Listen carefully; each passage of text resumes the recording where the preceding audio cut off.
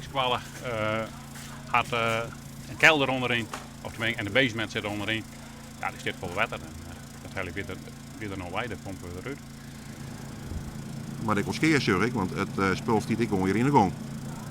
Ja, het water zit aardig hoog in de gang. En nou ja, die gaan wel aardig water skeren. Ja, dat is het goed. Wat helemaal bij het eindhand deze morgen? Nou ja, van een morgen zo'n oren weer raak, oorlog water overlijst. Nou ja, je komt weer bij en denkt, ja, dat is oorlog water. Dus, ja, en al die kelders, het steden hebben we west en zuster van een kroeg, nou die steekt vlak voor water, zit ik onder dingen. Hebben we ik alles uitpompt. Schruizen hebben we west, Stienke hebben we west, Harkema. Dus al hier water in de kelders en ja, alles goed vlak vol. Ja. Ik ben de meesten eronder. Ja, het is een kelder, die is nog gewoon net leeg zelfs.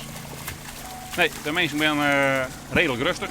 Tuurlijk, we willen iedereen helpen, maar ja, we kunnen net iedereen helpen en we doen ons best. En al het water krijgen we in het fort, dus het laatste is zelf voor pompen maken.